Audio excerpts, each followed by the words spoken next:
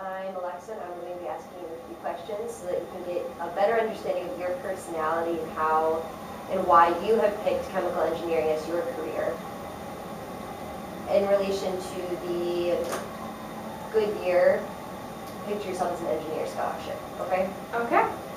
So the first question I have for you is, what made you start thinking about being a chemical engineer? It started in chemistry class junior year. It's a required class to take, and I wasn't sure how I would feel about the class when I signed up for it. Even though I knew it was required and I would have to go through it anyways, there's always a little bit of hesitation behind it. But when I got into class, the first couple days it's always running through what the class is going to cover, how the style is. But once you get past those first couple days, the rest of my classes were okay, but chemistry, best class of the day. Loved it. Always looked forward to that class. It clicked for me. Everything made sense. I wound up helping so many students because they had trouble understanding what we were learning or following along with it, and I just helped make it make sense for them. And I take a lot of pride in that, because if you can teach it better than the teacher does, that says something. That definitely means that you understand it, and chemistry made sense to me.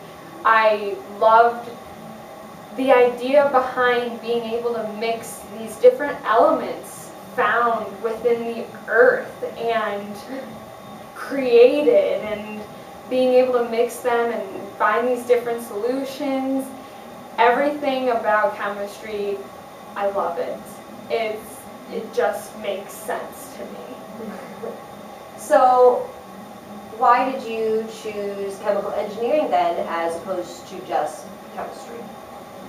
Well, there's just chemistry, which means what I believed to be a lot of sitting down in an office doing work in there, combining chemicals and maybe finding some equations and making solutions. And yeah, that's what I enjoyed in class, but having that as a full-time career, I don't think I could do it for so many years. Whereas I also enjoy building things, always have, and I started thinking, what is a job where I can combine chemistry and building things, engineering, chemical engineering. There we go. And so it's that problem-solving aspect of it that has really made you choose chemical engineering then, as opposed to any other career? Yes, and being able to better appliances or structures that we use today. I have always also been very keen on helping the earth, and chemicals and chemistry have helped us to move along on that. So that also ties in with my love of what I can do. So just making things more efficient then? Yes, definitely. So in your time in your chemistry class, what was the favorite experiment that you did? The favorite experiment that I got to witness last year was the pH rainbow tube. However, this year I'm our chemistry teacher's teacher aide, and I was able to do the experiment myself, and it came out swimmingly. I did it correctly, and I loved seeing the color change, and it showed me and it proved to me that there is a difference between acids and bases, and it was, I guess, how I saw it, it was the pH color spectrum. Okay, and I think we're going to look at that experiment a little bit later. Yes, we will. And so for now, what is the most fascinating fact about chemistry that you have learned either in your class or being a student aide this year? It was being a student aide this year that I learned there is sugar in tissues. Tissues are basically sugar. I was amazed by this. And I wasn't sure if I believed Dr. B at first when he told me this, but I had previously done an experiment with glucose, water, potassium permanganate, and I'm not sure if I'm forgetting something else in there, but that's the base of what the experiment included.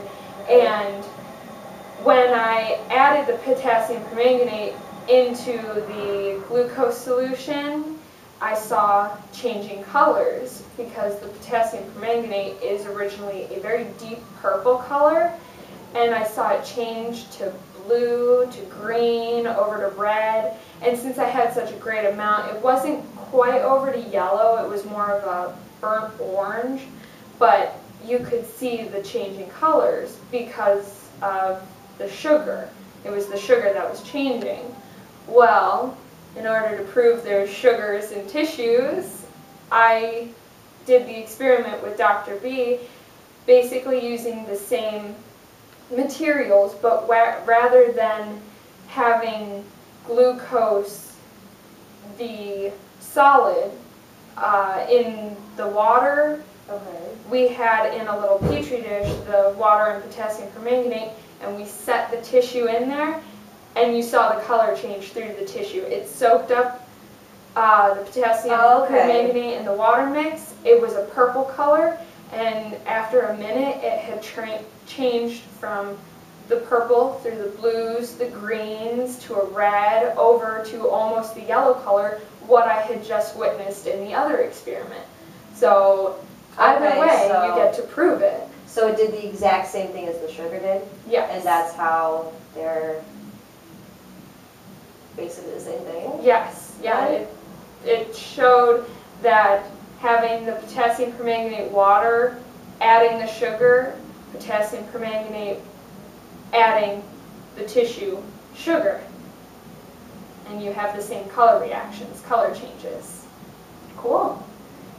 So, wow, you've learned a lot of stuff in chemistry. So, why did you choose to go to Akron for your degree then?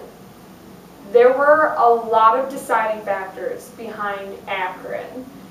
One thing was it's close to home. Another was a lot better pricing from other colleges. It's always nice to have lower tuition fees. However, it's not like high school where you get to go for free. So it's not the same, but there's always a difference between colleges, big name or community. You have to worry about cost. So I was originally looking at Ohio State for veterinarian, changed to chemical engineering, so I was looking at my colleges and my choices again, and I came across Akron, and I went to one of their career visit days and loved the campus. It was beautiful, and talked to the band director, because I'm also in band, and he and I had a heyday going off on all these tangents in our conversation, and basically he loves me now and he knows me by name. And talking to him about band, I can be in Akron's band, as well as their track program. The head coach I've been talking with him, and he knows that I am currently in track and I would like to go to Akron for pole vaulting, and I'm working on that this season, so there's a possibility that I go to Akron for track. And those are all nice, kind of the icing on top. The main thing, the main cake, is my chemical engineering classes, my education. Yeah. So do you think that it's going to be a quality education there? Oh yes, yes, because I've talked to probably 4 or 5 different engineers that have come from Akron and have just talked about them with flying colors, suggesting them up the wazoo that Akron is the place to go for engineering. Definitely. Okay, I think that's everything that I wanted to talk to you about. Did I forget anything? No. Okay, we will be back in a moment, and I would like you to show me that rainbow pH experiment. We have it on the other side. Hello again, and as I had said with Alexa earlier, we are going to do the pH rainbow tube.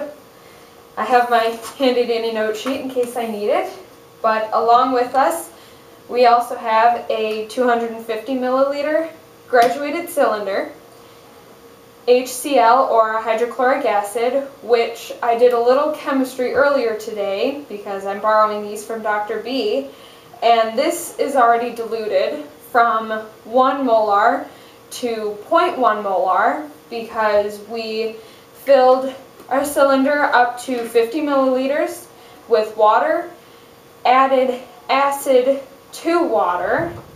We did 20 milliliters of that, and then filled it all the way up to 200 milliliters to get our final solution. We also have the universal indicator, which we will see why that is important later, and Na2CO3 sodium carbonate, our base. So since these are already measured out, I'm just going to pour my hydrochloric acid into my graduated cylinder.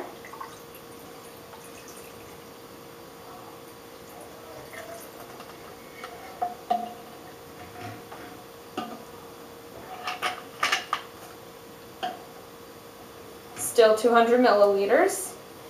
And to see how pink we get, since it's an acid and acids are a pink color, we're going to start off with 5 drops. 2, 3, 4, 5. Just to see how pink we get. That's not going to go well at all, so we're going to 3, 4, 5, 6, 7, 8, 9, 10. Bump it up to 15 real quick. And a little trick Dr. B showed me.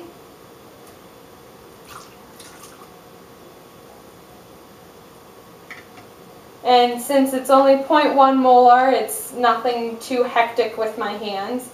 And we're still not quite pink enough to get a decent understanding of our color change, so I'm going to add 1, 2, 3, 4, 5 more.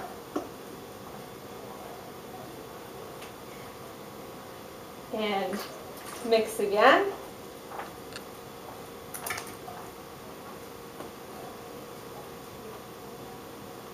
Wipe up a couple drops that I got all over the place.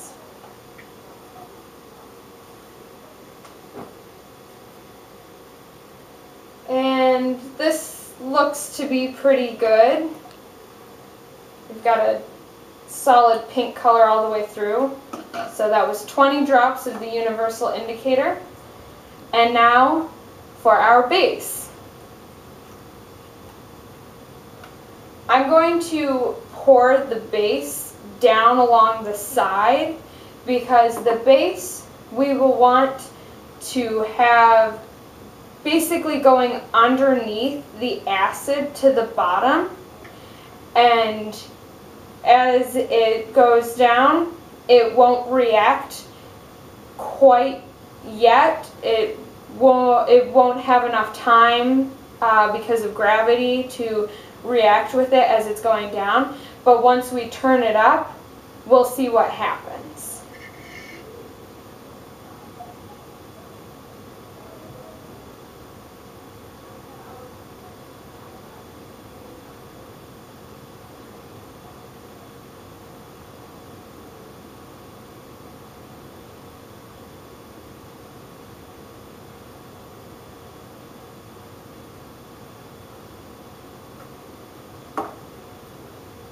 And that's all the base. And we can see already that it's starting to turn colors. We've got purple all the way up, blue, green, yellow, some orange in there, up to the pinky red that we started with in the acid. And I'm happy to see this one because the one that I did with Dr. B earlier this year, I poured a little too slow, so it kind of started to go at an angle, but this one is perfectly level.